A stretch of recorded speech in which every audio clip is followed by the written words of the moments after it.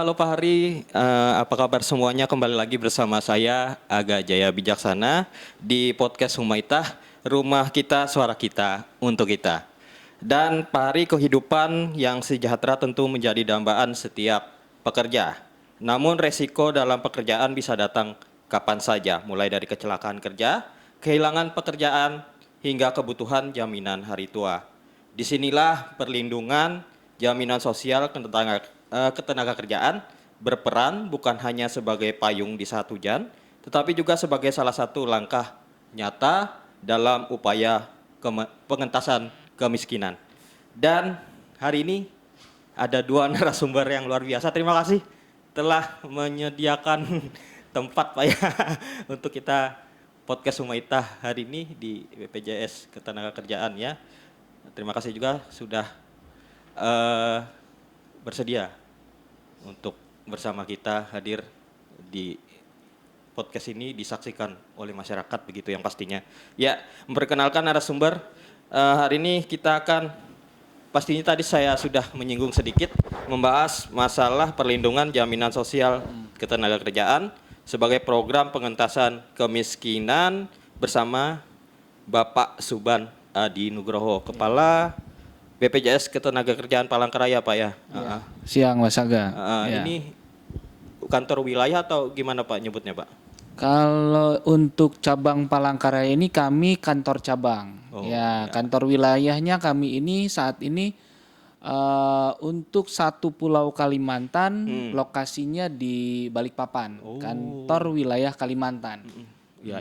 Jadi kantor cabang Pak ya. Kantor cabang. Ya, terima kasih Pak. Jadi narasumber kita sekali lagi.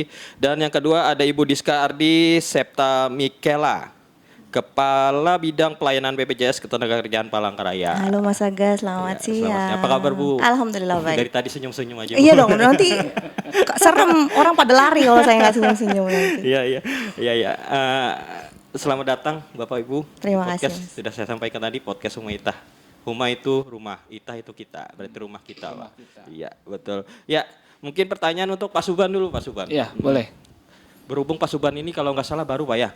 Bertugas di sini Pak. Iya, saya kurang lebih itu di periode Maret ya, kurang lebih 6 bulan. 6 bulan. 6 bulan baru begitu Pak baru, ya. Nah, Pak, bukan berapa lama Bapak di sini saya tanyakan Pak. Pertanyaan saya mungkin bagaimana peran BPJS Ketenagakerjaan dalam mendukung program dari pengentasan kemiskinan Pak, khususnya di Kota Palangkaraya sendiri Pak. Iya.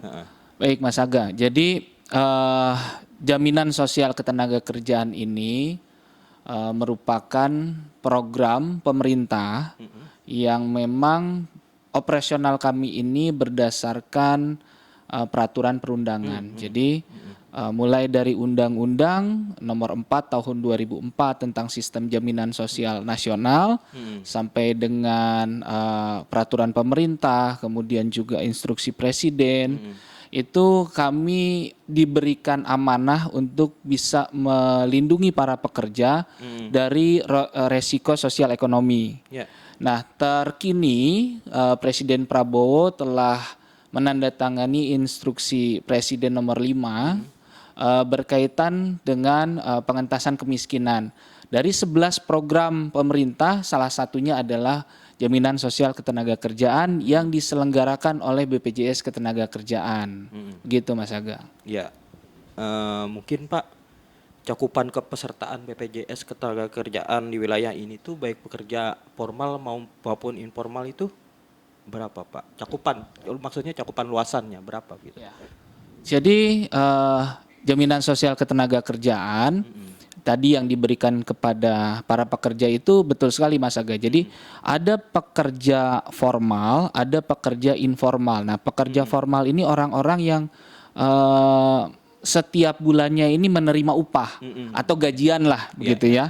Jadi orang-orang yang bekerja di pabrik, di kebun, di tambang, di kantor yang setiap bulannya menerima gaji ini diberikan perlindungan jaminan sosial ketenagakerjaan. Kemudian juga ada pekerja mandiri. Pekerja itu seperti apa itu? Nah, pekerja mandiri ini para pedagang, kemudian juga bisa ojek, pangkalan maupun driver online. kemudian juga bahkan pekerjaan yang masuk ke dalam profesi seperti atlet, Ya. kemudian juga ada dokter, kemudian juga ada artis seperti itu juga berhak mendapatkan perlindungan jaminan sosial ketenagakerjaan. Nah, berkait dengan cakupan tadi, untuk se-Kalimantan Tengah ini, kita bicaranya Kalimantan Tengah ini. Kenapa? Karena memang kantor cabang kami ini adalah koordinator dari cabang-cabang Seluruh yang Kalimantan ada Tengah, yang ada di Kalimantan Tengah ini. Secara persentase cakupan kita ini masih 40%. Ya. Dari total pekerja yang eligible untuk bisa dilindungi sebanyak 1,1 juta, telah terlindungi sekitar 400.000 pekerja. Seluruh Kalimantan Tengah. Seluruh Kalimantan Tengah, begitu Mas Aga. Jadi masih banyak para pekerja yang belum mendapatkan akses perlindungan jaminan sosial ketenagakerjaan, Ya, gitu. baik. Kita ke Bu Diska. Siap Mas Aga. Ya, Ibu, dari sisi pelayanan Ibu, apa inovasi atau kemudahan yang sudah dilakukan untuk mempermudah pendaftaran atau klaim dari peserta begitu Bu? Bisa dijelaskan? Pendaftaran dan klaim ya. Jadi yang pertama mungkin untuk pendaftaran sendiri, untuk segmentasi mungkin tadi yang seperti yang sudah disampaikan oleh Pak Subhan sebelumnya, kita kan ada segmen penerima upah atau formal, ada juga segmen bukan penerima upah atau informal. Jadi kalau untuk yang formal harusnya kan begitu tenaga kerja terdaftar, langsung nih sama perusahaan didaftarkan.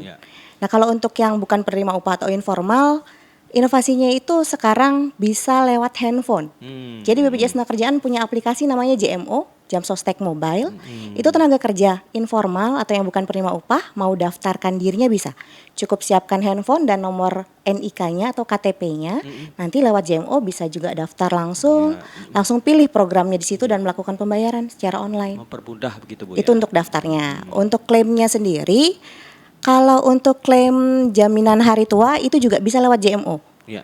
Jadi nggak perlu nih datang ke kantor cabang ngantri, bisa langsung lewat handphone JMO-nya. Yang saldonya di bawah 15 juta, kalau datanya sesuai nggak nyampe 15 menit udah cair. Itu untuk yang klaim Iya. jaminan hari tua. Itu klaim dengan pendaftaran dan klaim bisa di situ semua Ibu ya. Untuk mempermudah masyarakat intinya. Nah, bagaimana mekanisme klaim manfaat ketika peserta mengalami resiko seperti kecelakaan atau kehilangan pekerjaan begitu Bu? Ini Mungkin umum, sedikit Bu, ya? Ini lebih Bu, ya? umum. Kalau mungkin sedikit harusnya kita lebih kembali dulu nih ke programnya kitanya apa aja sih gitu kan. Jadi BPJS Tenagakerjaan itu sebenarnya ada 5 program. Jaminan kecelakaan kerja, jaminan kematian, jaminan hari tua, jaminan pensiun, yang terakhir jaminan kehilangan pekerjaan. Mekanisme klaimnya gimana? Kalau yang pertama, jika tenaga kerja yang bekerja sudah terdaftar sebagai peserta BPJS Tenagakerjaan mengalami kasus kecelakaan kerja, nanti bisa langsung ke rumah sakit kerjasama. Kebetulan saat ini kita sudah bekerja sama dengan seluruh rumah sakit umum daerah kalau di Kalimantan Tengah, termasuk juga rumah sakit swasta di Palangkaraya ini ya. Siloam, Primaya, Advent, Muhammadiyah, Permata Hati sudah kita kerjasama. Iya, sudah kita ajak kerjasama. Jadi begitu terjadi kasus kecelakaan kerja bisa langsung datang nih ke rumah sakit kerjasama. Nanti saat tenaga kerjanya dilayani untuk kasusnya, pengantarnya baik itu pihak keluarga atau perusahaan bisa ngurus administrasi yang akan dibantu oleh pihak rumah sakit. Itu untuk pelayanan kesehatannya. Tapi selain itu kalau misalnya ada santunan cacat yang harus dibayarkan, tenaga kerja juga bisa langsung datang ke kantor BPJS Tenagakerjaan untuk klaim. Itu jaminan kecelakaan kerja. Untuk jaminan kematian juga langsung bisa datang ke kantor. Untuk jaminan hari tua sendiri kita punya 3 kanal. Kanal yang pertama datang langsung ke kantor, tapi kan harus antri nih Mas Aga ya. Antri di depan dari pagi, ngambil antriannya dari jam 8 udah dibuka. Terus yang kedua bisa juga melalui Lapak Asik. Jadi ada website namanya Lapak Asik atau layanan tanpa kontak fisik. Nanti di video call, sama yang terakhir tadi yang udah saya sebutkan di awal melalui JMO. Kalau untuk yang jaminan kehilangan pekerjaan itu juga online. Bisa menggunakan nanti buka aplikasi atau website Siap Kerja dari Kementerian Ketenagakerjaan. Langsung bisa mengajukan klaim di situ. Jadi berbasis teknologi. Kebanyakan teknologi. Jadi nggak perlu lagi capek-capek ngantri di kantor cabang sebenarnya. Pantas kesini tadi sepi-sepi orang. Iya, udah sepi kan karena udah banyak yang memanfaatkan teknologi. Bener Mas Aga. Ya kita ke Pak Subhan. Pak, apa tantangan terbesar Pak? Mungkin Pak memperluas kepesertaan di kalangan pekerja rentan dan sektor informal begitu? Ya. Kalau ditanya tentang tantangan terbesar, yang pasti adalah literasi dari masyarakat sendiri ya. Apa pentingnya jaminan sosial, kemudian juga bedanya BPJS Kesehatan dan BPJS Ketenagakerjaan. Terkadang itu masih Iya, betul. masyarakat belum tahu membedakannya. secara pasti begitu ya. Nah, contoh misalkan begini. Kita semasa sekolah dulu nggak pernah tahu nih ketika kita memasuki dunia kerja nanti, ya kan, fasilitas atau benefit apa atau hak-hak apa saja itu yang dijamin oleh undang-undang. Nah, maka dari itu sejak dini memang saat ini BPJS Ketenagakerjaan itu sudah diberikan pengetahuannya, literasinya kepada para mahasiswa, dan mungkin nggak menutup kemungkinan nanti sampai ke pendidikan dasar kita akan berikan literasi pemahaman kepada calon-calon pekerja. Nah, kemudian juga di masyarakat terkadang ketika mengenal BPJS itu mindsetnya udah langsung kepada BPJS Kesehatan. Ya, padahal memang BPJS Kesehatan itu pesertanya seluruh penduduk Indonesia dari mulai bayi baru lahir sampai dengan lanjut usia, masalah sakit itu sudah ada program JKN, Jaminan Kesehatan Nasional. Nah, kemudian kalau BPJS Ketenagakerjaan ini pesertanya adalah bagian kecil dari masyarakat, orang-orang yang bekerja tadi, baik bekerja secara formal maupun bekerja informal tadi. Nah, mungkin dulu masyarakat lebih kenal PT Jam Sostek mungkin dulu ya, dan ini kan lebih lekatnya itu dimiliki oleh para pekerja-pekerja yang kantoran begitu. Tapi dengan saat ini PT Jam Sostek telah diamanahkan menjadi badan hukum publik, ya, berubah menjadi bertransformasi menjadi BPJS Ketenagakerjaan, jadi seluruh pekerja, Mas Aga, seluruh pekerja dari pemulung, ini kan juga sama bekerja juga, betul. ambil barang-barang bekas seperti itu dikumpulkan kemudian dijual kan dapat rupiah, Betul. untuk dia bisa hidup. Seperti itu. Nah, ini setiap orang yang berkegiatan sosial ekonomi gitu, ini tentunya berhak atas perlindungan jaminan sosial ketenagakerjaan. Kemudian juga kita ada tadi Mas Aga sebut tentang pekerja rentan seperti itu kan. Pekerja rentan, nah, betul. pekerja rentan ini mereka memang bisa mendapatkan rupiah ya, tapi untuk membayar iuran belum terlalu mampu seperti itu, dan ini sudah banyak juga pemerintah daerah baik provinsi maupun kabupaten kota yang memberikan bantuan iurannya itu untuk melindungi membantu, membantu bagi para pekerja-pekerja yang masuk kategori miskin tadi yang kita sebut dengan pekerja rentan tadi, begitu Mas Aga. Jadi pekerja rentan itu maksudnya yang misalnya tidak mampu begitu ya, terus resiko pekerjaannya tinggi begitu, terus tidak mampu juga membiayai BPJS Ketenagakerjaannya begitu ya. Betul. Saya Contoh juga misalkan banyak di sini petani kan di Kalimantan ini banyak. Nah, ini bagaimana kami berkomunikasi, berkoordinasi juga dengan pemerintah daerah, apakah bisa dibantu untuk iurannya, memberikan perlindungan bagi para pekerja. Ya tentunya kan tujuannya adalah nanti ekonomi kita makin maju begitu. Mereka pun juga tidak perlu cemas lagi atas resiko-resiko tadi, celaka, mungkin juga meninggal dunia. Nah, itu sudah ada program negara yang melindungi mereka. Menarik tadi. Saya juga pernah berbincang sedikit dengan Kepala Dinas Tenaga Kerja Transmigrasi Kalimantan Tengah kan. Dia itu membiayai BPJS Ketenagakerjaannya tukang jamu katanya, yang datang ke situ. Tukang gorengan, Tukang gorengan, tukang jamu, dia daftarkan semua yang datang ke situ, katanya. Tukang sapu yang di situ, pakai duit luar biasa loh. Pakai Kami duit ini punya program yang digulirkan oleh kita, kami informasikan, kami sosialisasikan kepada masyarakat, itu gerakan untuk sejahterakan pekerja di sekitar Anda atau sertakan. Jadi misalkan nih Mas Aga punya pembantu rumah tangga atau punya driver, ya punya BPJS Ketenagakerjaan nggak? Nggak tahu karena tidak punya driver. Ya, nah, misalkan nih teman-teman semua nih ya, Bapak Ibu yang punya pembantu rumah tangga. Misalnya ini misalkan. Nah, berikan mereka perlindungan melalui program sertakan tadi. Jadi kita lindungi yang sekitar kita deh, Iya, yang betul. dekat-dekat, yang dekat-dekat, mungkin yang jualan di dekat-dekat Depan itu kantor ya, sini, ya. warung Jadi di depan betul, itu. kalau mereka terjadi resiko celaka, kebayang dong, ya, udah nggak bisa jualan, terus harus membiayai pengobatan atas kejadian kecelakaan kerjanya tadi. Nah, kalau kita berikan perlindungan tadi untuk jaminan sosial ketenaga kerjaannya, ada program JKK tadi. Jadi kalau celaka mereka untuk pengobatannya sampai dengan sembuh sesuai dengan indikasi medis itu nggak keluar biaya lagi, full cover seperti itu. Kalau misalkan qadarullah meninggal dunia, ya kan nggak ada manusia abadi ya Mas Iya, Aga ya, betul. pasti kita semua Betul. akan meninggal dunia nantinya. Ada santunan untuk keluarga yang ditinggalkannya seperti itu. Nah itu tadi erat kaitannya dengan program pengentasan kemiskinan tadi seperti itu. Pak, ini tadi disampaikan ada 400.000 Pak yang sudah peserta BPJS Ketenagakerjaan gitu. Nah, sisanya yang belum itu berapa Pak? Ya. Dan jumlah pekerja di Kalimantan Tengah ini berapa? Ya. Begitu.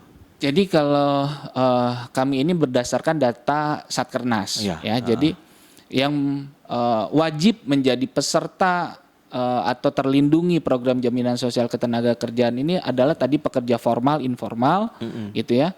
Kecuali ASN, TNI, Polri saat ini. Jadi dikeluarkan. Nah, se-Kalimantan Tengah ini kurang lebih ada 1,1 juta.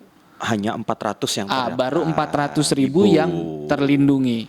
Itu jadi masih ada sekitar 700 masih banyak ribu Pak, pekerja ya. dan ini kebanyakan tadi pekerja mandiri, para petani, nelayan, ya. Kemudian juga para pedagang, pelaku UKM tadi, itu yang jual-jualan. Ya kan itu berdasarkan data-data ya, survei tadi ya di KTP-nya pedagang atau apa, itu kan.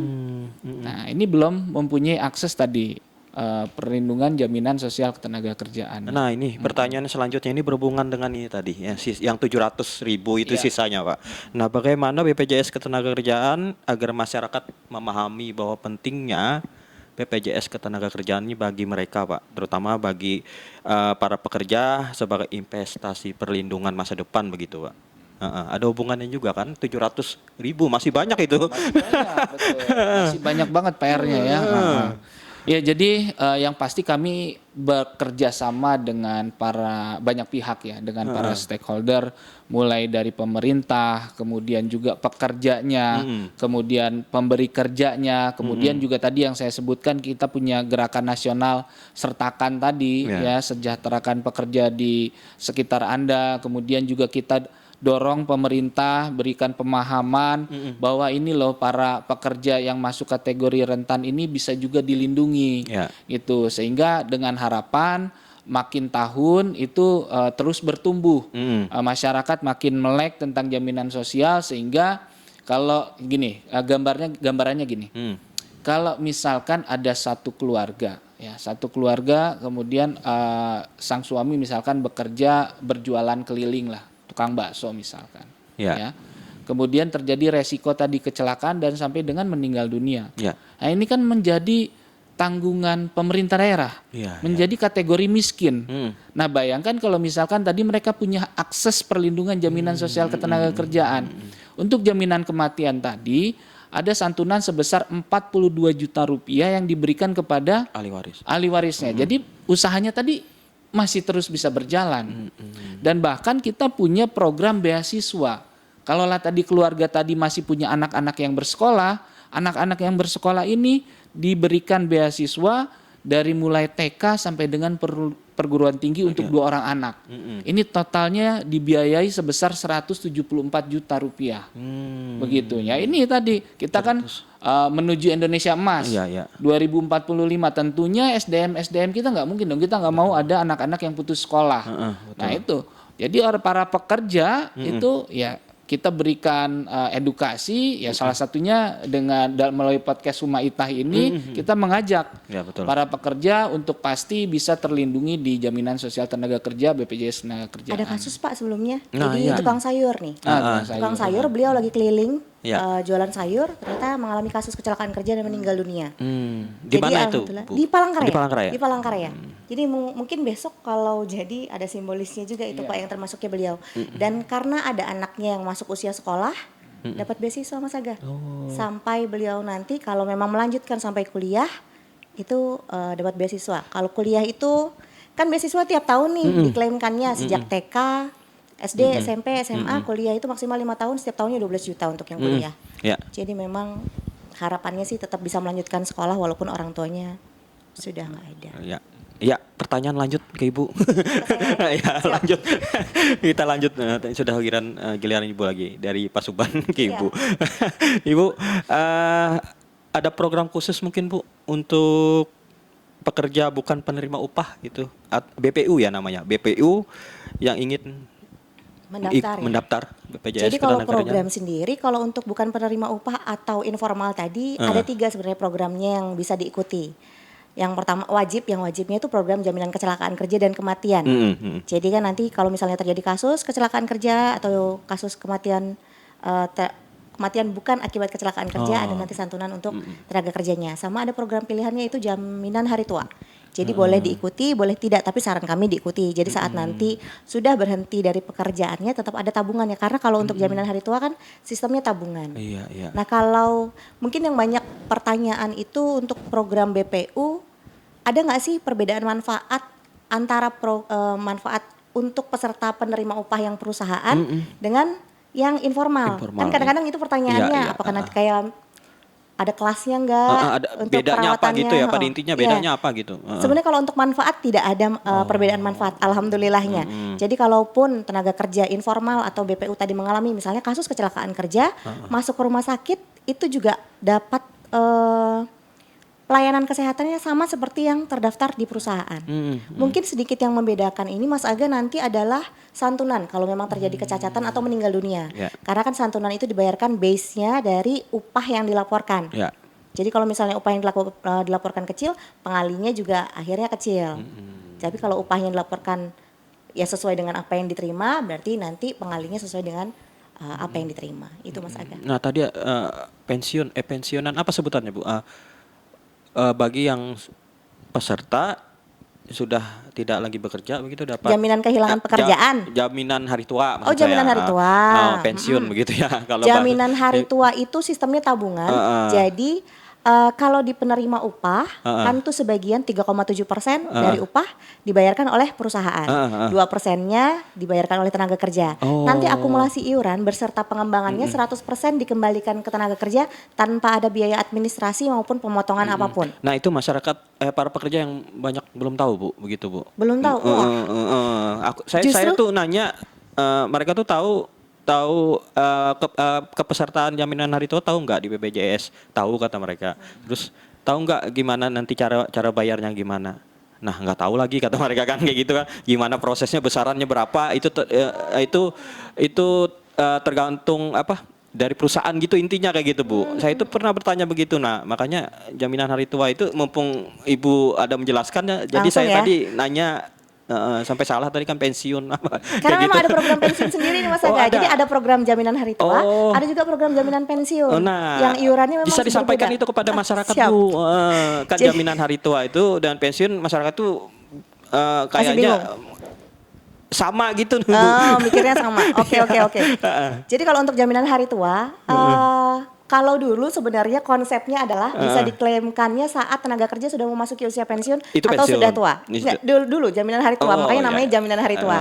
Tapi ternyata sejak 2015 ya Pak, kalau nggak salah ya, 2015 itu ada perubahan peraturan pemerintah di mana kalau tenaga kerja berhenti bekerja pun sudah bisa diklaim nih jaminan hari tuanya, atau mengalami PHK, atau meninggal dunia, ahli warisnya bisa juga klaim jaminan hari tuanya. Atau misalnya Mas Aga nih udah bosan jadi warga negara Indonesia, pengen keluar negeri, terus jadi warga negara asing, itu juga bisa diklaimkan jaminan hari tuanya. Jadi kalau untuk jaminan hari tua sendiri, tadi kalau untuk peserta penerima upah, yang tadi saya sebutkan 3,7% iurannya dibayarkan oleh pemberi kerja, 2%-nya dari tenaga kerja. Nah kalau jaminan pensiun perbedaannya, jaminan pensiun itu diberikannya benar-benar saat bisa diklaimkannya saat sudah memasuki usia pensiun. Begitu. Tahun ini 59 tahun. Ada mekanismenya Mekanismenya berbeda. Kalau misal jaminan hari tua begitu berhenti atau putus hubungan bisa kerja, diklaim. langsung bisa diklaim. Tapi jaminan pensiun bisa diklaimnya saat sudah memasuki usia pensiun. Itu sih yang berbeda. Iya. Nah, Mungkin tambahan, Pak. Lebih terlihat ya perbedaannya itu tadi kalau JHT dia sifatnya akumulatif tabungan atau saldonya tadi Saldo beserta begitu hasil ya. pengembangan. Itu langsung diterima oleh pekerja ataupun oleh ahli waris ketika diajukan. Nah, kalau pensiun sebenarnya tujuannya adalah dia penggantian dari penghasilan yang hilang ketika memasuki usia pensiun. Iya. Sehingga berkala seperti halnya pensiun di ASN. Iya, iya, iya. Nah, itu bedanya seperti itu gitu. Jadi sekarang para pelaku UKM itu juga bisa punya pensiunan kayak ASN Iya, gitu. Luar biasa ya programnya. Mungkin banyak yang tidak tahu setelah penjelasan ini para pekerja Mudah-mudahan tahu, lebih tercerahkan ya, lebih Mas Aga tahu ya. ya, karena memang JHT dan pensiun itu banyak yang taunya sama gitu. Iya.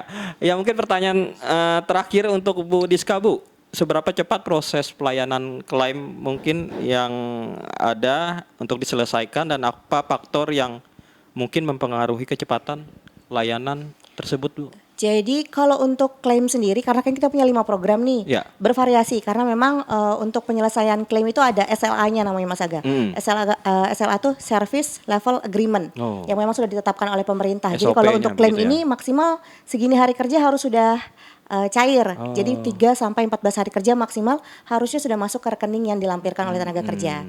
Hanya saja memang ada beberapa kasus, contoh nih data tenaga kerjanya itu nggak sesuai. Yang didaftarkan sama perusahaan sama data yang dipegang oleh tenaga kerja itu nggak sesuai. Kalau udah ada kasus-kasus kayak gitu pasti akan terkendala. Ya, ya. Makanya kami nggak bosan ya Pak untuk campaign JMO atau Jam Sostek Mobile. Jadi kami minta untuk tenaga kerja bisa akses JMO-nya atau melakukan pengecekan saldo lewat JMO. Karena kalau sudah bisa cek saldo lewat JMO berarti datanya udah benar. Kalau datanya udah benar, mau melakukan klaim pasti nanti mudah. Karena kalau misalnya datanya nggak benar, ntar harus melakukan koreksi data lagi, atau misalnya berkasnya belum lengkap, harus dilengkapi lagi.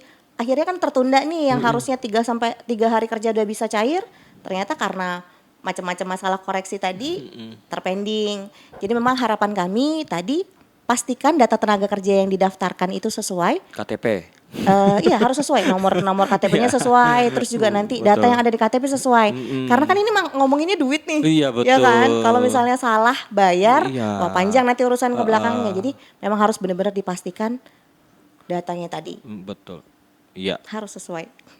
Mungkin di penghujung podcast kita, Bu, sudah mungkin sudah hampir 30 menit ya begitu. Nah, bisa masing-masing Bapak dan Ibu menyampaikan pesan kepada masyarakat mungkin untuk bisa berpartisipasi menjadi keanggotaan BPJS Ketenagakerjaan. Silakan Pak Subhan. Baik ya, buat masyarakat pekerja khususnya di Kalimantan Tengah ini kami mengajak untuk bisa memastikan terlindungi dalam program jaminan sosial ketenagakerjaan. Sehingga dalam bekerja para pekerja ini tidak perlu merasa cemas, khawatir karena kalau terjadi resiko tadi sosial ekonomi seperti kecelakaan, meninggal dunia, berkurang atau hilangnya penghasilan karena tadi ter-PHK misalkan atau memasuki usia pensiun. Nah, ini juga memiliki akses keuangan untuk masa depannya. Kemudian juga program beasiswa kami ini juga adalah bentuk kehadiran negara untuk memastikan para pekerja, anak-anak pekerja itu pendidikannya tidak terputus karena kita harus mempersiapkan para penerus bangsa ini sebaik mungkin melalui program jaminan sosial tenaga kerja. Mungkin itu, Mas Aga. Baik, silakan Bu. Pertanyaan yang sama, Bu. Lihatnya mana nih? Mungkin bukan pertanyaan, maksudnya silakan sampaikan apa yang ingin Statementnya ya disampaikan. terakhir. Mungkin gini, kalau manfaat BPJS Tenagakerjaan, manfaat program BPJS Tenagakerjaan memang baru bisa dirasakan saat terjadi resiko. Jaminan kecelakaan kerja bisa dirasakan saat terjadi resiko kecelakaan kerja. Jaminan kematian juga sama, jaminan hari tua seperti yang disebutkan oleh Pak Subhan tadi. Jadi harapan kami jangan sampai sudah terjadi resiko dulu, baru sadar kalau manfaatnya ini dibutuhkan.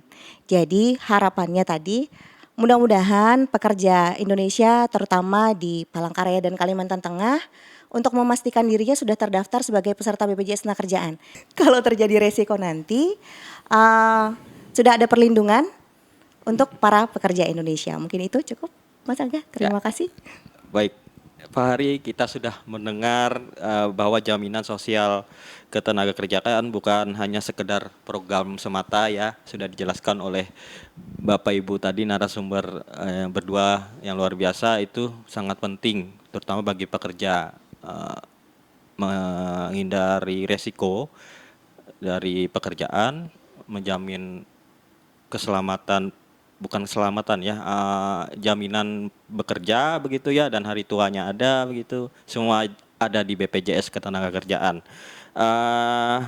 Terima kasih kepada Pak Suban Adi Nugroho.